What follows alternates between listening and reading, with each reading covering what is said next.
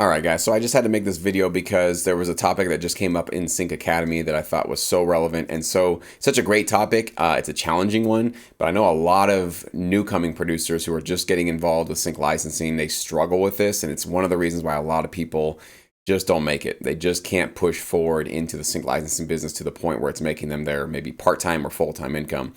And it's basically the ability for us as producers and composers to let go of what we think our track needs. What does that mean? Well, for most of your life, pretty much all of your music career, you've been creating music and putting it out there online, or maybe not even putting it out there online, but you've been just creating music and you've been making all the choices by yourself. So if the track needed to have a really long intro, you just thought, well, it's my choice. I'm going to make it have a 30-second or 60-second long intro. If the track needed to be 6 minutes long, you just made the track 6 minutes long because you felt like, I want this just to groove and feel good and keep going. If you felt like the melody on the chorus could be very, very simple and didn't need to be very intricate or anything like that, or whatever it is, you just made all those choices, right? So when you transition into sync licensing, a big change happens. And the big change is that you're suddenly not necessarily, your opinion, let's just say, is not the only opinion in the room. That's how I should say it. And I have to go further and tell you that your opinion is probably the least important one in the room when it comes down to whether or not your tracks get placed. Okay. So one of the members was saying that he didn't really agree that having sort of tracks that immediately got into the music made sense to him, because he thought, you know what, music builds, and if I want to have a 30-second intro or a longer intro, that just is my way of sort of telling this musical story, and it needs to slowly build. And if I just get right into it, it's just sort of like, where's the build? Where's the sort of like leading us along on this journey? It's just like we kind of started, right?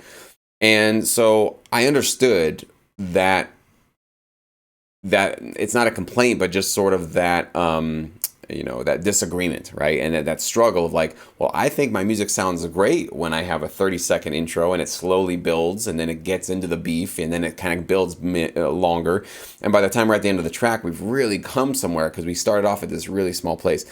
I understand that, but you got to understand that when you're in the sync licensing business, for everybody watching, you're now in the service industry. Okay, we're here now to serve the needs of other people. That's the big shift. Okay, and so I think this is just one small example of that mindset shift that needs to take place. It comes in many different forms, but essentially, you can make all the choices you want with your track, and you can make that 30-second long intro, and you can kind of do whatever you think is right for the track. But then don't expect libraries or music supervisors or ad agencies to necessarily jump on your tracks if you're not following along with their guidance, with their briefs, with their directions, with the specific things that they asked for.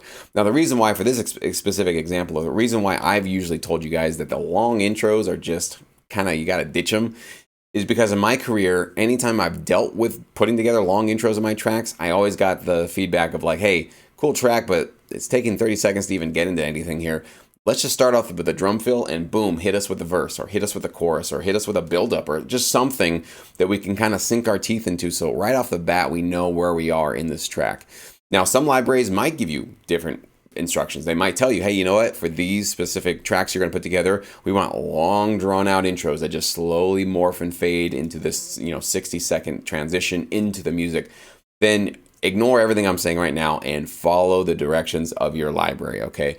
Always remember that with all the advice, not only that you just get from me, but from anybody who's teaching anything about sync licensing.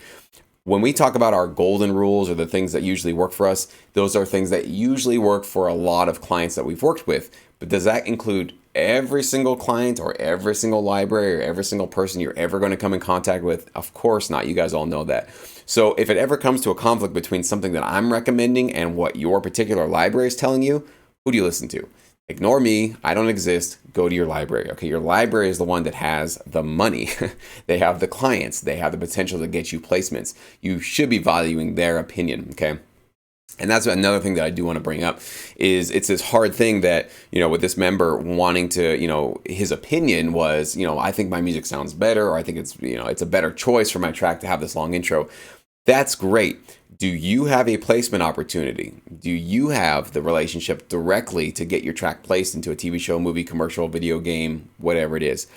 Probably not, right? Let's just be real. Probably not. And that's why people like us, people like me, we need to go work with music libraries, because they have the relationships with those people and they have the ability to get us money into our pockets in the form of upfront fees and back-end royalties, right? So at the end of the day, whose opinion carries more weight when it's their opportunity and it's their money and it's their TV show and they're the ones that have this opportunity for us to get our music out there? Their opinion matters, right? Their opinion carries a lot more weight than ours. It's not saying that we should just be trampled over and whatever we want, we just completely always give in to everything. But if you're not willing to come to this industry with that humble service mindset, I'm just going to tell you right now, it's always going to be a struggle for you, and you're always going to be frustrated, and you're always going to be banging your head against the wall, wondering why people just don't get it. They're not understanding your genius or why your idea was better.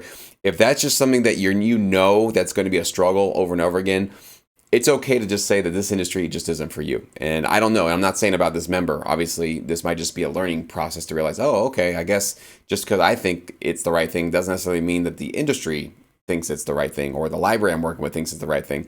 And then at that point, you got to realize, okay, what's my place? What's my purpose here? And is this going to be one of those things that I'm willing to get into a huge conflict over because they think I should get my track to get started early and I want this 20 or 30-second intro?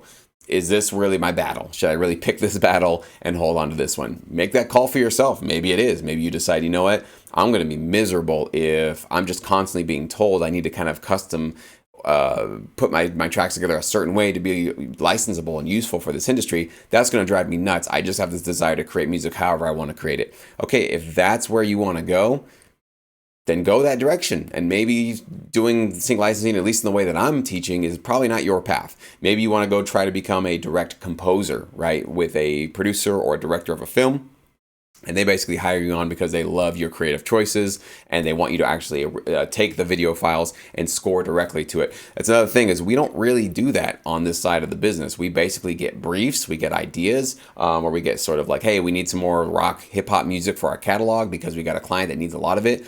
But there's really very rarely any sort of video files or direct scoring that happens. It does happen from time to time, but it's not the norm. So we are not in that position to say like, well, I know what scene my track is going to go into, so therefore I'm going to make this call because I think that's going to be better.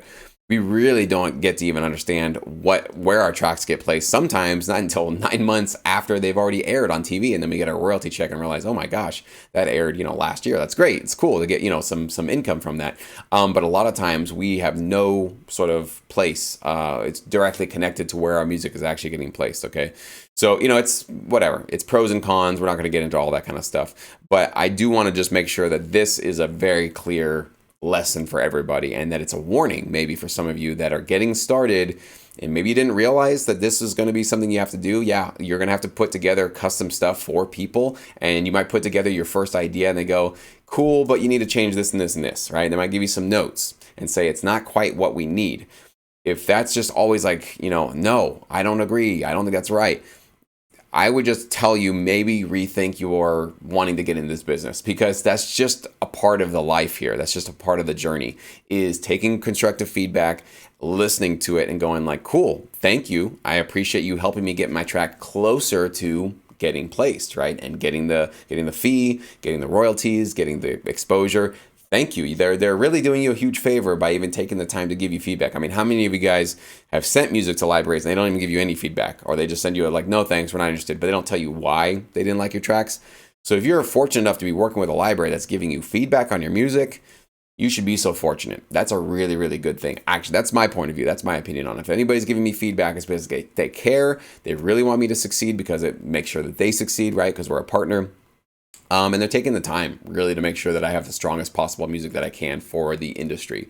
So if that doesn't resonate with you, again, maybe a mirror check time to look in the mirror, decide, is this really something I want to do? If you're totally on board with that and you're like, dude, that's exactly what I want to do. I want to serve. I want to be useful. I want to be helpful. I want to work hard. I'm eager to get those notes and I really want to make the changes.